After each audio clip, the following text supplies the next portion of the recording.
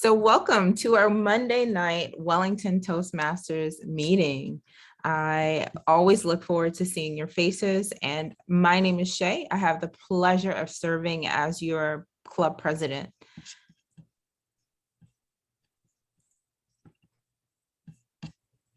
The mission of Toastmasters is to provide a supportive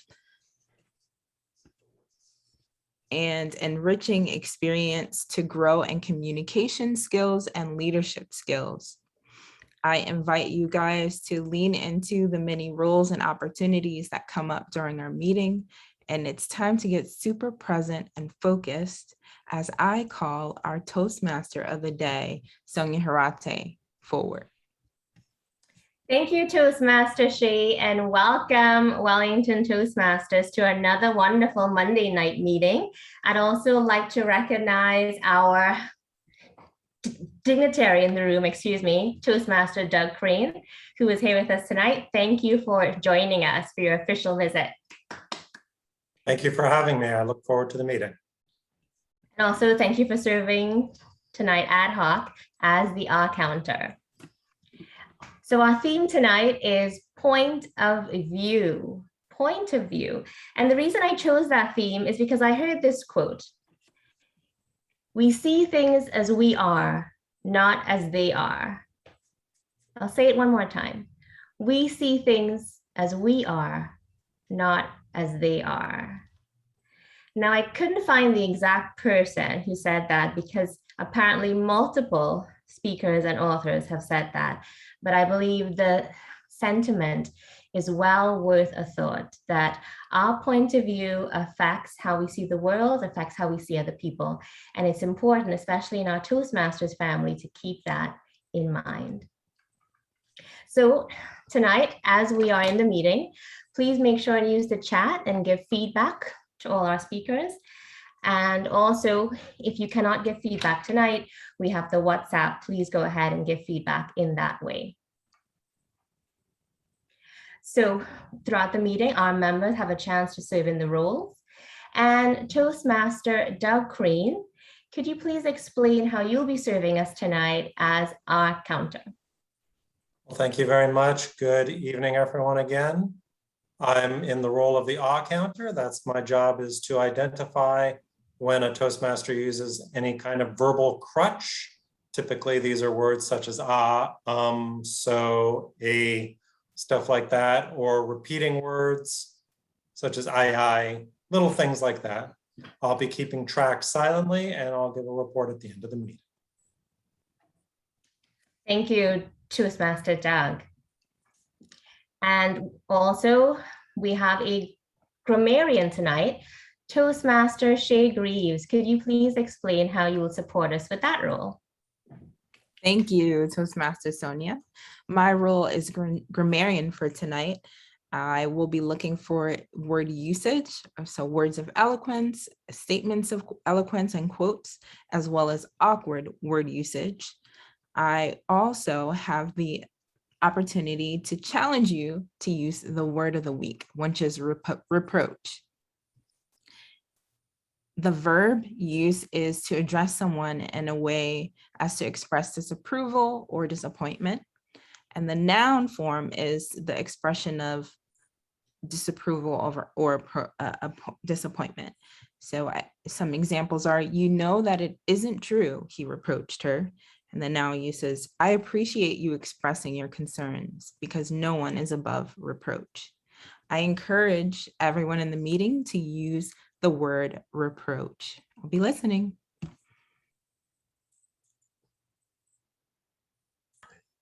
Thank you, Toastmaster Shay. And the word of the day again, reproach.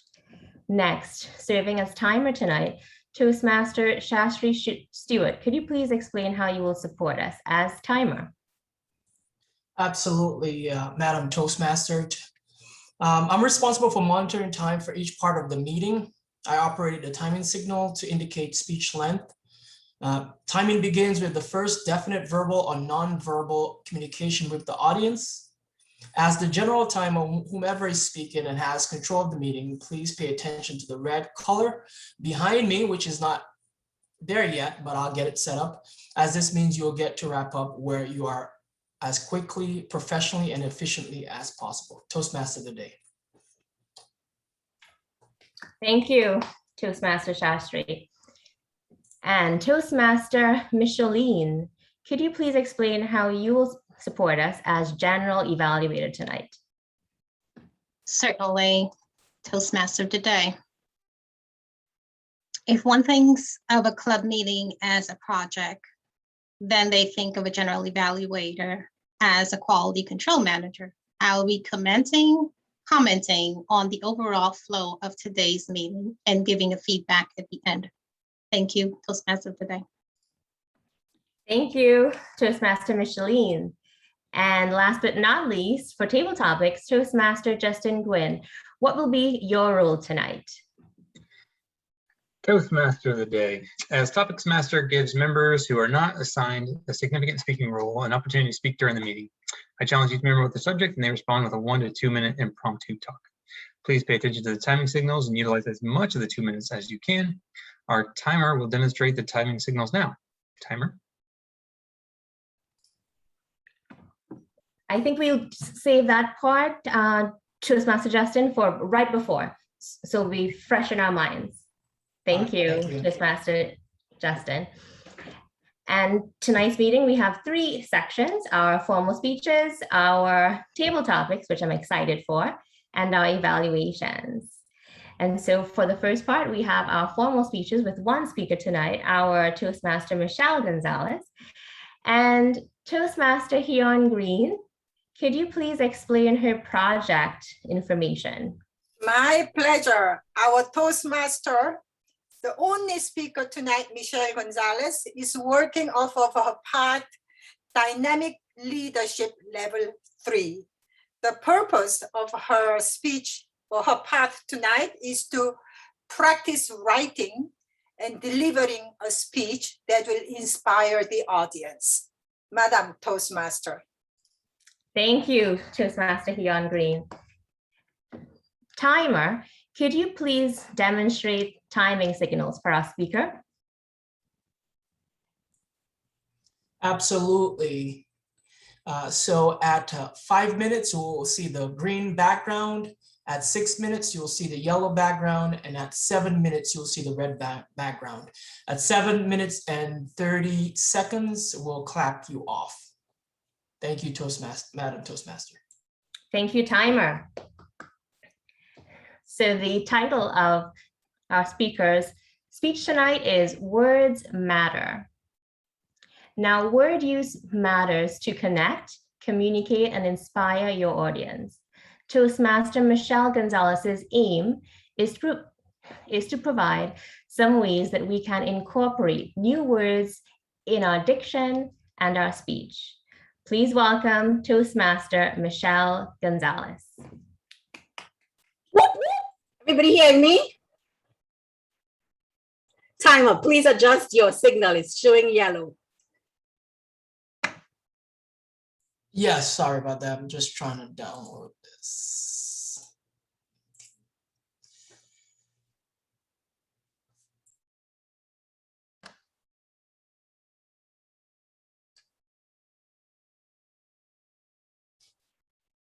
Words matter. There was a time when flowery, dense language was not above reproach. It was, however, the standard for public speaking. For example, here is the beginning of George Washington's 1796 farewell speech. And I quote, "The period for a new election of a citizen to administer the executive government of the United States being not far distant, and the time actually arrived when your thoughts must be employed in designating the person who is to be clothed with that important trust. It appears to me proper, especially as it may conduce to a more distinct expression." That concludes his excerpt. However, it went on for some hours. Can you imagine, Toastmasters, a speech like this in your presence, what would you think? Did you first of all understand what was being said? I await your reply. Anyone? Did anyone grasp the concept? No, not at all. Not at all. All he was saying really is we must vote. Yes? Fellow Toastmasters, this is exactly my point. Thank you so much for allowing me this privilege to speak.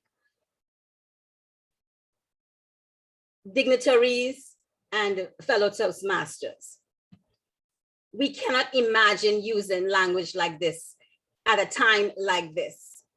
It could have been cut down by 20 seconds, 30 seconds, a minute, just to say, let's vote.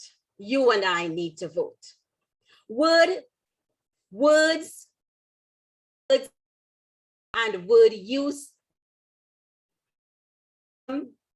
esteemed toast, guests, and dignitaries.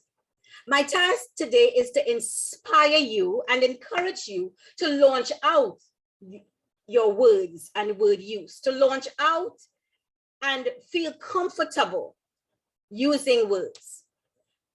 I have two quotes, but I would refer to one, which is my favorite. It is taken from Proverbs 25:11. A word fitly spoken is like apples of gold in pictures of silver. This proverb illustrates to me, and I'm sure you could grasp that as well, that your words stand out like apples of gold in pictures of silver. It is clear that we have the ability to use our words to either capture the attention of the audience or lull them to sleep. How does words come so effortless to some, and to others it sounds so forced and uncomfortable? Some speakers, might I add, can transmogrify mere words into a picture that stimulates the senses, lift you high or bring you low. My curiosity this evening, I would like to share with you, came from an ubiquitous book called The Student's Companion. I don't know if many of you who perhaps did not go to school in the Caribbean is aware of this book, but it was found in on every student's desk. Why? It contained vocabulary that you had to recite and learn, and I just fell in love with words. To add some context to this, one of my mentors at my university I worked in used the word acquiesce in a speech. Boy, I could not, ladies and gentlemen, I could not understand that word, acquiesce. So I ran home. You see, at that time, we did not have Google. I had to go home, pick up my dictionary, look for that word. I didn't even know how to spell it, brethren. But I found it, acquiesce. It stuck with me to today. I was betrothed by the word acquiesce. I understood the context, but I never had heard that word before. It just means that we agree without protest. We all know a couple of people who really do not know how to use their words. Similarly, at our Toastmasters Club, we have the unique opportunity to use our words. What happens when we do not have words? We resort to the ums and the ahs. It helps, it makes a point, but does it? It does not. These are mere deflectors and are easy to cover the lack of words. When writing or creating an idea, keep it simple and thought-provoking. I would like to share with you a couple of ways that I have used words.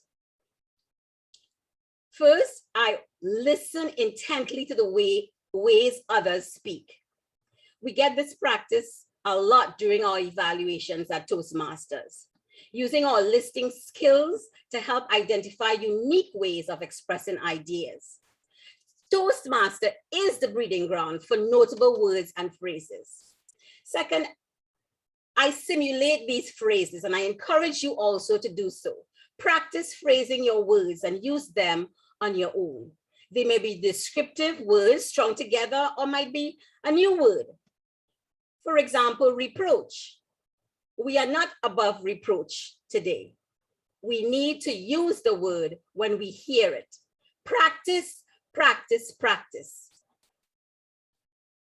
Look for these words, add them to your dictionary. Research the words, look at the way it's formed, the synonyms, the antonyms, and all of those would be one of the fastest ways to learn new words.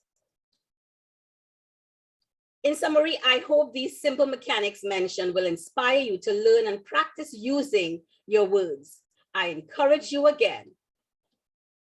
Your words matter. The nerves may never go away, but your words will matter.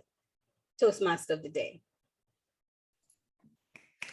Thank you so much, Toastmaster Michelle Gonzalez, for your wonderful speech tonight and for reminding us how much our words matter. I also have to applaud you for using the word of the day so many times impromptu as you spoke.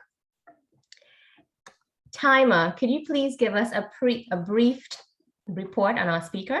It's time. Yes, our speaker was within time. Wonderful, thank you. And moving on to the second part of our meeting tonight, table topics. Please welcome our table topics master, Toastmaster Justin Gwynn.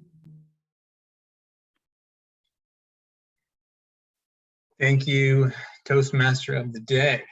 On to table topics. The table topics reflects the theme of the meeting. Today, the theme of the meeting is point of view. So please also use the word of the week, as well as any other words that you can remember from previous meetings. Today's word, as I remind you, is reproach. Point of view is obviously, as Sonia had suggested at the very beginning, from your own point of view. You don't see things how they are, you see things how you are. And us fellow Toastmasters, we see each other as they are, as you guys are.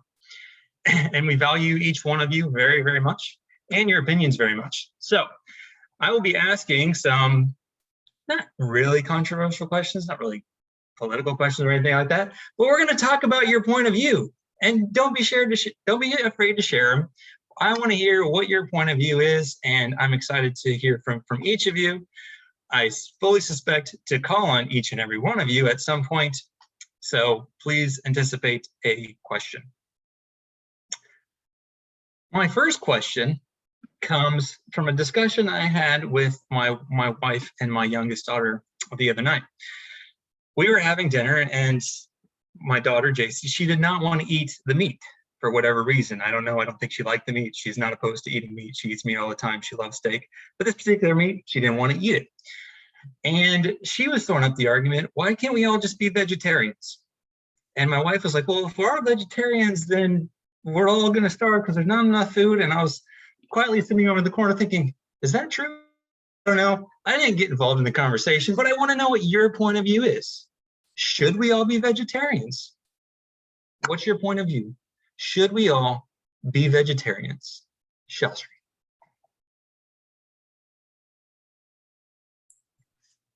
Thank you, Justin. Fellow Toastmasters, if someone could time me, maybe I'll time myself. Reset. Okay, I'll time myself. My perspective is, it's not quite, it might be possible, but it's not something that's doable within the next 10 to 15 years. And here's why. There are a lot of people who have less access to people like ourselves in the United States, extremely poor people.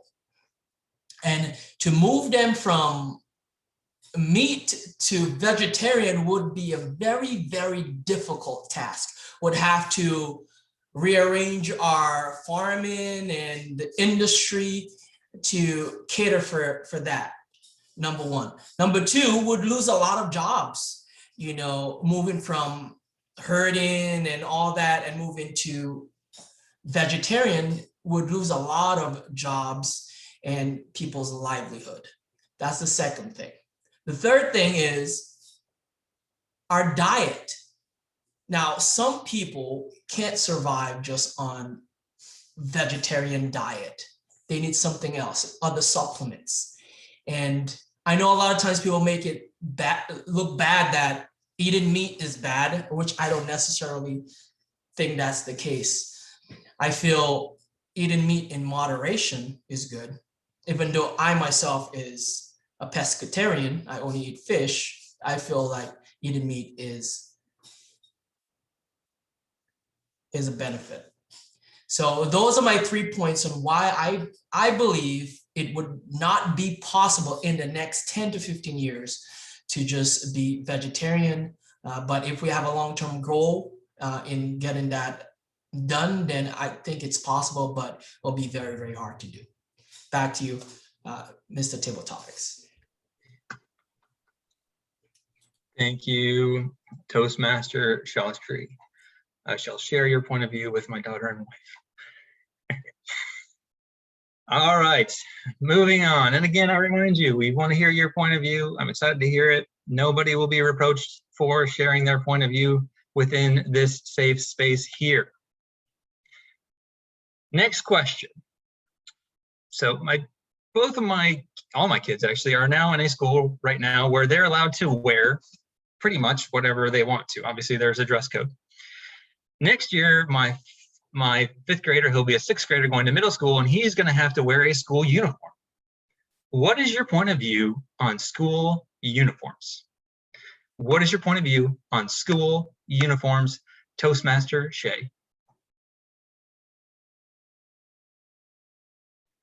Thank you, Toastmaster Justin Glenn. You asked the perfect person because I grew up going to private schools all my life, even though I transferred to different locations. And one staple thing as a part of going to a private school is that you wear a uniform. Some had seasonal uniforms, you know, where the colors changed or the quality or thickness of the uniform changed. And some, it just stayed consistent throughout the year. A benefit to wearing uniforms for me is it didn't take much thought. I knew what I had to wear day after day. We had several of the same clothing in the closets, uniform shoes, and no thought goes into it. You just had to make sure it was clean and prepped the night before. Downside to uniforms. I'm a female, and in the Catholic private school, I was required to wear skirts and tights all year round. Some schools allowed pants, but some schools did not. So the downside is I lived in the north, I was freezing, and I commuted every day. And I also got docked for wearing like pants underneath my skirt to keep myself warm. So the downside, I would say, is I think it sometimes can take away individuality, creativity, and become too much about the rules and less about the students.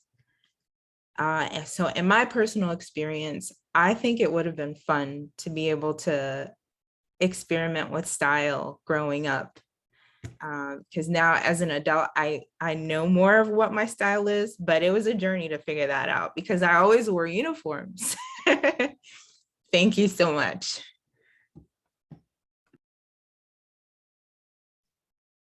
Thank you, Toastmaster Shay. I never was forced to wear uniforms myself. And a lot of people either they wore uniforms the whole time or they didn't wear uniforms the whole time. My kids are going to have a different experience with. They're going to wear some uniforms sometimes and sometimes not. So that's interesting to me. Next question I have, there's a Netflix series that I've been watching I like to watch called Rotten. And one of the ones that I saw recently on there was about bottled water in Michigan and how Nestle is pulling water out of the earth and things like that. And people have feelings on either side of it. It certainly caught my attention. I did develop some feelings toward one way or the other. Other people have different opinions. Question is, should we ban bottled water? Or should bottled water be banned is another way to look at it. Should bottled water be banned? Toastmaster Micheline. Thank you, Toastmaster Justin. Should water be banned? Bottled water be banned? Actually, I probably would say that for my house because my kids, I have filter water through the fridge. And my two oldest kids decided that they want to have bottled water. And I put down the ground rules. If they want bottled water, they have to pay for it because that's not on my grocery bill. I just think it's crazy to pay extra for something that we're getting free. I'm already paying for water. However, this past July, water through the public source, I received a notice in Palm Beach County or Royal Palm that they are going through some refine, pollution, renovation of the water. And I had to step back and say, okay, I need to reevaluate the water. So I started buying bottled water and my kids now enjoying that. But I think that's something that is ridiculous because if we have filter water, we should be able to use that and not consume bottled water.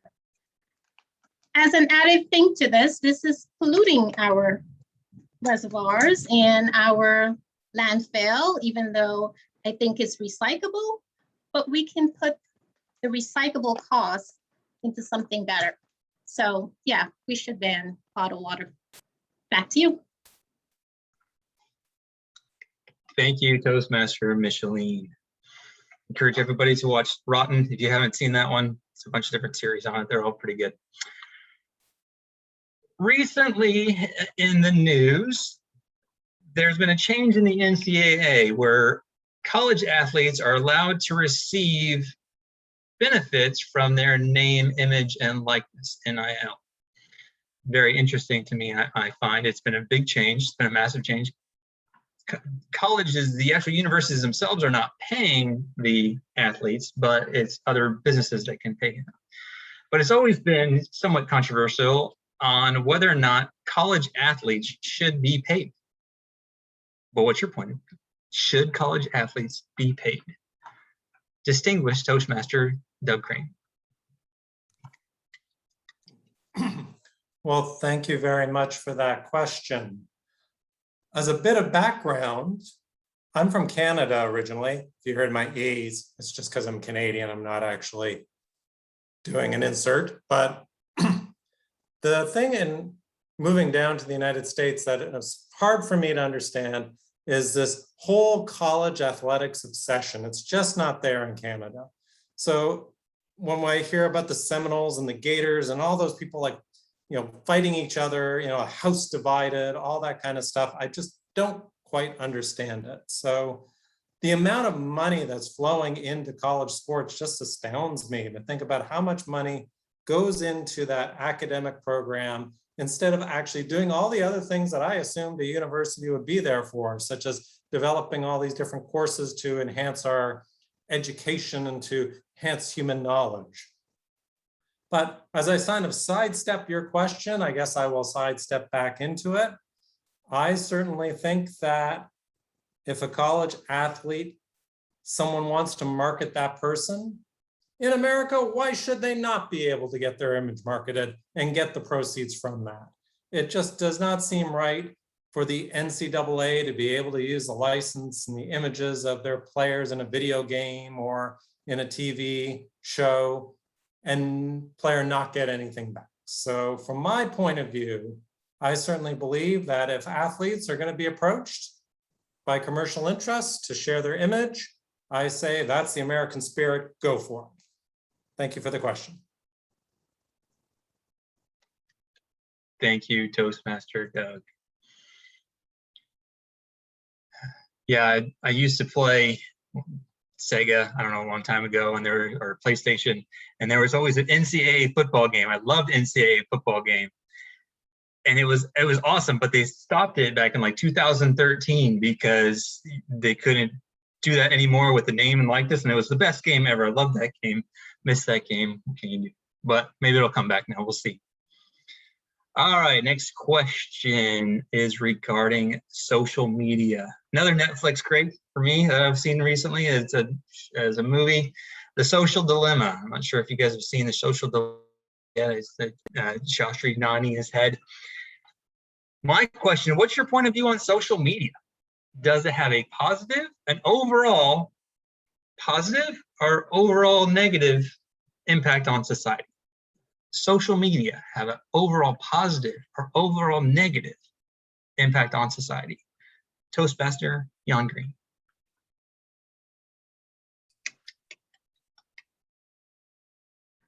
Let me share a story with you before I start my answer to that question.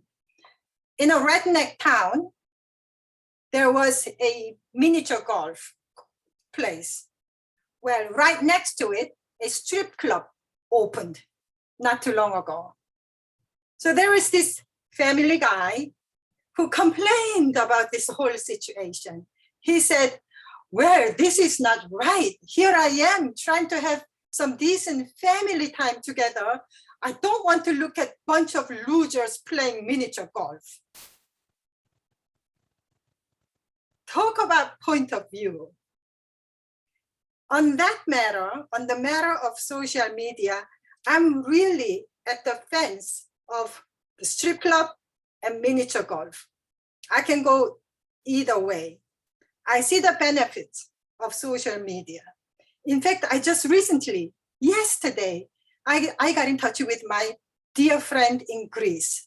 She went to some fantastic, some fabulous place for her summer vacation. I was dying to know where that was. From Greece, I don't think she traveled far. So that kind of ideas and that kind of connections I cherish. But then I find myself and my children and my husband on Facebook any given moment, and I detest it. I reproach them to no avail. So as I said, I'm really at the fence, on the fence between good or bad when it comes to social media. Mr. Table Topics Master. Thank you, Toastmaster Jan Green. All right, next question. Just checking on time. I'm assuming we still have time for two more at least, because we got two more people to get to here. All right, I got two more questions for them. Okay. I know we all go to Publix, we all go to Walmart. In Europe, when I lived there, it was very much a big thing to bring your bags with you. And I found ourselves often remembering a lot more so when we lived in Europe to bring our bags to the grocery store. But here we don't, even though we have all these bags, we don't always bring them. Should plastic bags be banned? Should plastic bags be banned? Toastmaster Michelle, she's still there. There she is.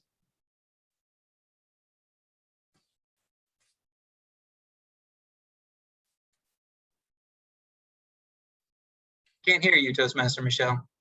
Don't know why. I have 1 million green bags in my trunk.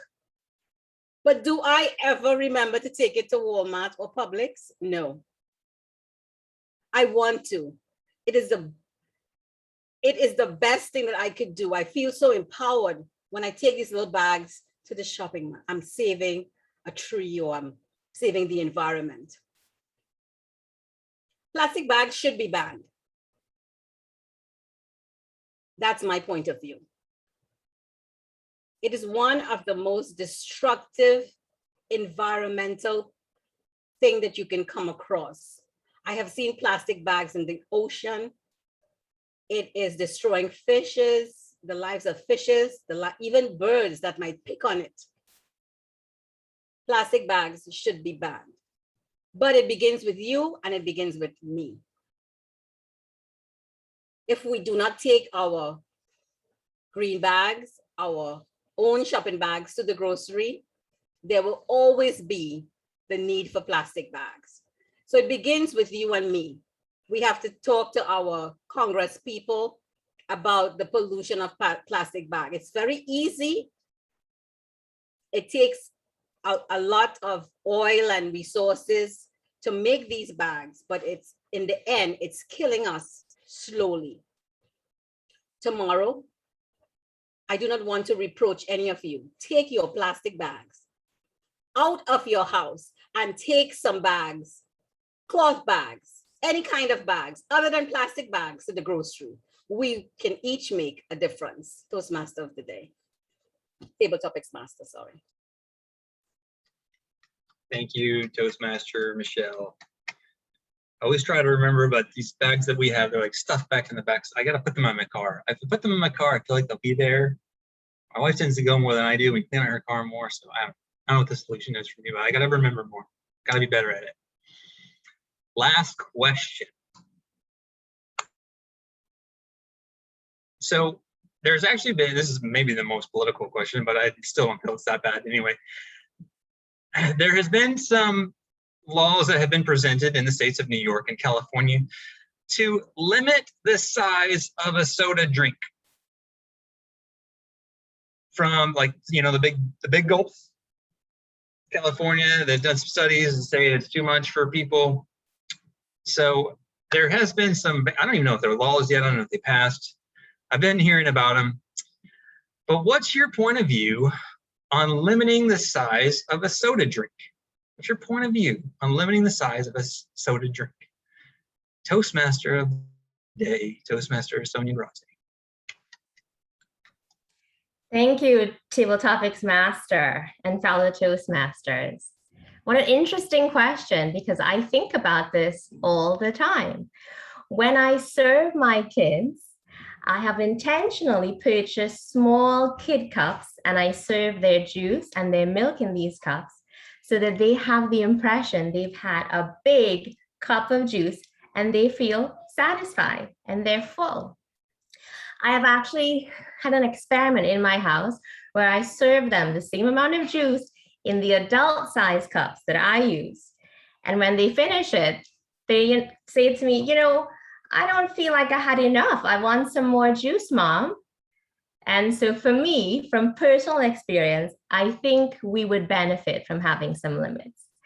Now, on most packages of food that we buy, the serving size is listed. But I'm sure that I could reproach all of you that typically you do not consume the serving size that is listed. It's human nature to just eat and drink without taking into account how much you're consuming. So from my point of view, we could benefit from a bit of help in terms of portion size. And if you really want more of that soda, you could always take your cloth bag into Publix and get a whole gallon for yourself at home. Table Topics Master. Thank you, Toastmaster of the day. Yes, I do the same thing, actually. I purchase smaller cans of soda, not the 12-ounce cans or the 16-ounce bottles or 20-ounce bottles. I'll purchase the smaller ones. When my kids want Sprite, I'll purchase a smaller one. So when they have one, they just drink just that. If they drink that, they usually don't drink the whole thing if I give them a price thing for me than anything. But yeah, and also when I lived in Europe as well, there's no free refills. And maybe Doug can attest to this. I don't know how it is in Canada, but there's no free refills when you go to restaurants in Europe. Like, you always have to pay for the refill. And I don't know, we have free refills here. Like, I need another Sprite or I need another Diet Coke or whatever. You just keep it coming. You don't have any drink by the end of the day, the end of the dinner. That can be a session of Table Topics. Back to you, Toastmaster of the day. Thank you so much, Toastmaster Justin Gwynn. Those questions were so on point and so relevant. So thank you very much for that. Timer, could you give us a brief timer's report on our table topic speakers? Yes, everyone was within time. Wonderful, thank you. And in the background, could I ask my co-host, Toastmaster Shi, to complete the polls for us for table topics tonight? We won't need one, of course, for our speaker or evaluator. So just table topics poll. Thank you. And now, moving on to the third section of our meeting, the gift of evaluation. And to begin that part, I'd like to call up our general evaluator, Toastmaster Micheline Nemhart. Good evening again. Gift of instant feedback. We only had one speaker this evening, so I will call Toastmaster Jan Green to evaluate Toastmaster Michelle Gonzalez. Madam General Evaluator, fellow Toastmasters and Doug, but especially Michelle. I was so happy to sign up as your evaluator this afternoon. And I will share with you what I liked very much about your speech, and I will offer you 2 suggestions for improvement at the end. You have done a lot of things right, of course, Michelle. And plus, this is your second speech, isn't it? I heard your first one. In the second one, I could see more passion and fluency. I could hear it in your speech. So that was wonderful. The title, let me start with the title. Words Matter. That alone was a grabber. And you started with another grabber, the story of George Washington and his long-winded speech that could have ended in one word, vote. So that was a great grabber and beginning that you really got my attention with, got our attention with. And the other thing that you did really well was the diction and the speed of your speech. You modulated your speech so well. Just like Margaret Thatcher, I hear she got a trainer, speech trainer, to speak well like a politician. And I was listening to you and I was thinking of Margaret Thatcher, actually.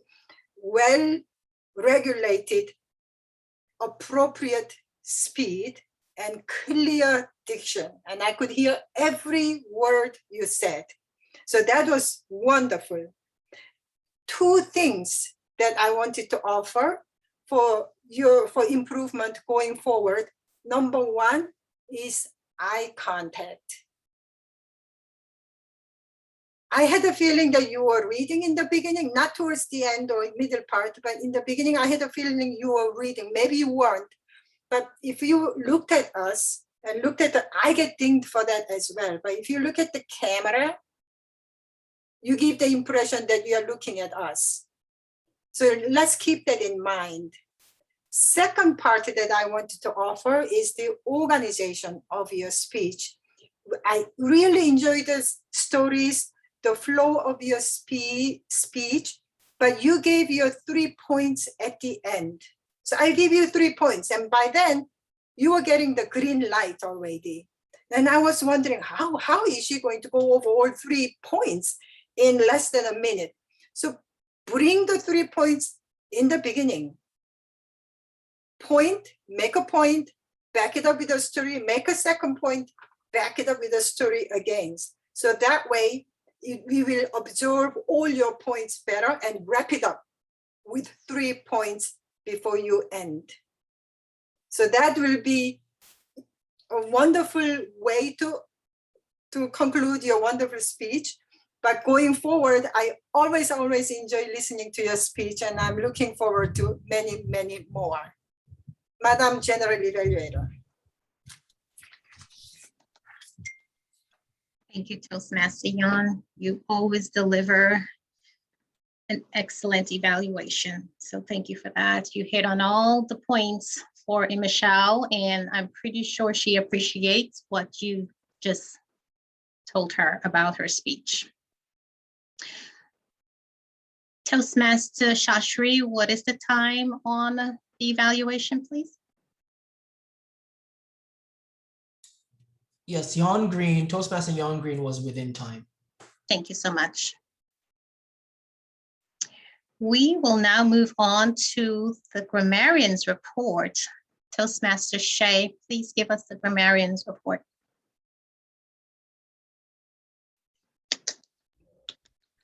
Hello. Our word of the week was used a total of 7 times. Reproach, and it was used also appropriately. Some words or examples of eloquence were, your words stand out like apples of gold and pictures of silver. Wow, what an image. The proper use of the word transmogrify and ubiquitous. Acquiesce means to agree without protest. Keep your ideas simple, but thought-provoking. I hope these simple mechanics will encourage you.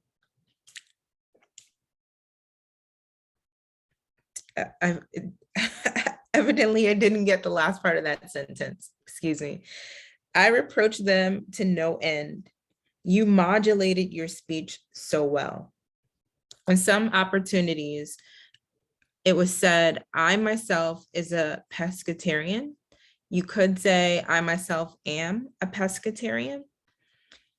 It was said, launch out your word use. You could say, I challenge you to launch out into new territory with your word use.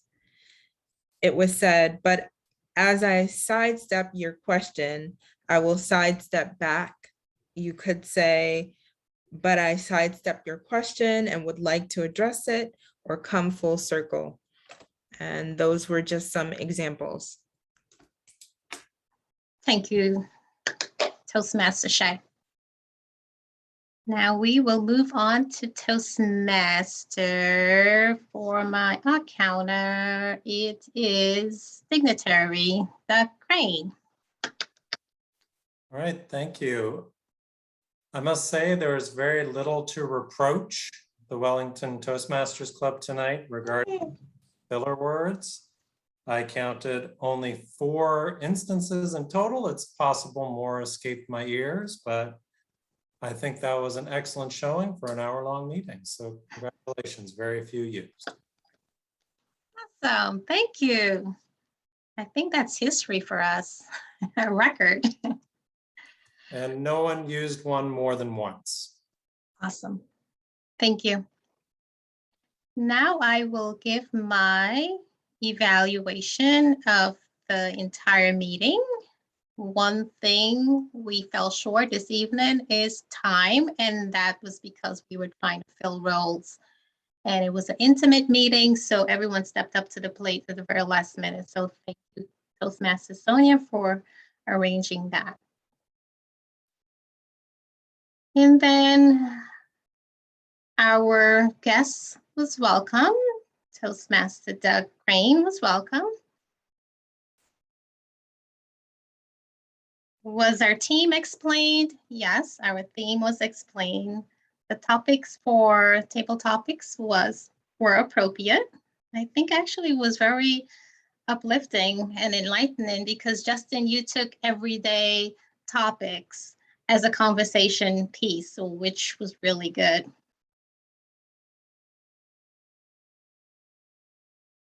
And speech evaluators, we had one speech evaluation, and Toastmaster Jan Green did an excellent job giving the feedback to Michelle's speech. She spoke about organization. She did the cookie method where she highlighted what she did great.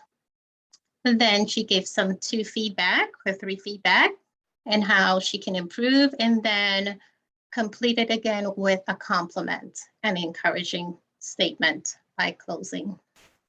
Timer was great. Counter and grammarian. Overall, I think our meeting went well for a small meeting. And I am happy to report this back to the team. And that's all. I'm going to pass it back to Toastmaster Sonia. Thank you, Toastmaster Micheline. And at this time, I'm going to ask for a poll. If you could send me a message privately who you'd like to vote for best table topic speaker. I'm not able to launch the poll with my co-host right now. So privately, if you could send me a name of one of the faces you see on the screen right now, and I will tally up our table topics winner for tonight. I have 2 in, 3 in, looking for 8 names to flow in.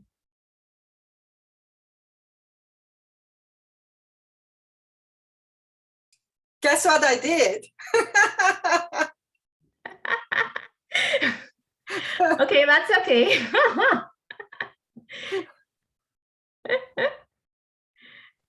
It was a private one to everyone. Yeah.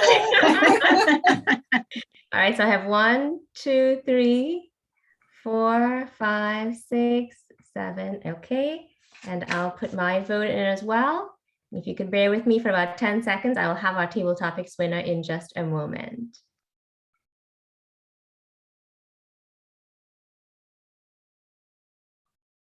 Okay, so I have done a tally, and our table topics winner for tonight is, drumroll, Toastmaster Shay Greaves. Congratulations as our table topics winner. So thank you very much, all of you, for being here tonight, and to Toastmaster Doug Crane for joining us. It was my pleasure to serve as Toastmaster tonight, and I'd like to hand the meeting over to our president, Toastmaster Shay Greaves. Wow, thank you everyone for making this always such an encouraging and inspiring meeting. Lately, again, our meetings have been very intimate, but it has not been lacking for anything. So I just thank each and every one of you for showing up and bringing your personality, individuality to make our meetings what they are. I want to go ahead and close with a couple announcements. So one is that our next meeting on the 30th will be at Common Ground Park.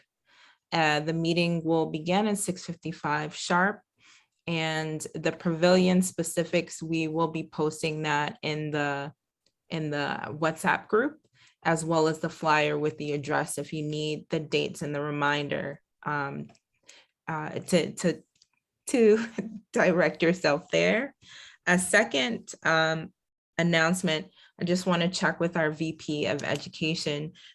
Have we confirmed our contest date or dates for our upcoming Humorous and Evaluation contests? So I believe we have it. I don't have it in front of me, but I believe we had said it's going to be in September. And we were in discussion about that in our last executive meeting. And I think we had agreed around September 20th. If any members who were there could concur with me, it is the 20th. Okay. 9/20. Thank you. The calendar has been updated as well to address that. And I believe both contests are going to be held on the same day. So both the Humorous and Evaluation contests.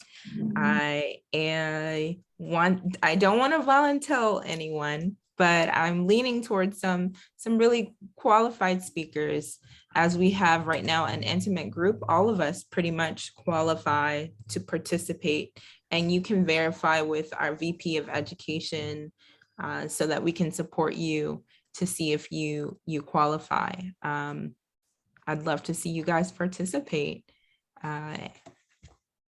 Is there any additional announcements before we close? Yes, I would just like to acknowledge Justin for doing such a great job with the table topics. I really appreciate that. You know, I don't like table topics that much, but this was the first time I was actually eager to answer everyone's questions. So great job, Justin, in doing that. And let's ask our area director. I'm sure he has something to share with us. Well, I thank you for that prompt. Yes, I have a few comments to share. So first of all, I'm glad to hear that you've selected the date for your competition. If you need any assistance in running that or a test speaker, please feel free to reach out to me. Let me know. I'm happy to participate myself or help you find someone who can help out. The area contest, I think I mentioned at the last meeting, but I'll mention again, is scheduled for Saturday, October 2nd, 10 a.m. for Area 44.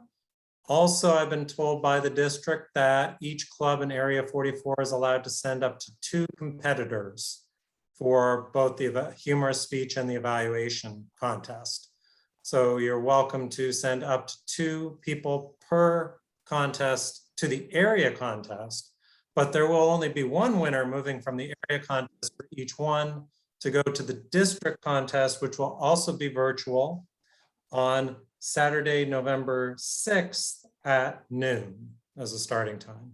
Of course, if you're not a contestant, we certainly encourage everyone to come out and cheer on their local Area 44 club member, or just to be amazed by the quality of the speeches that are presented.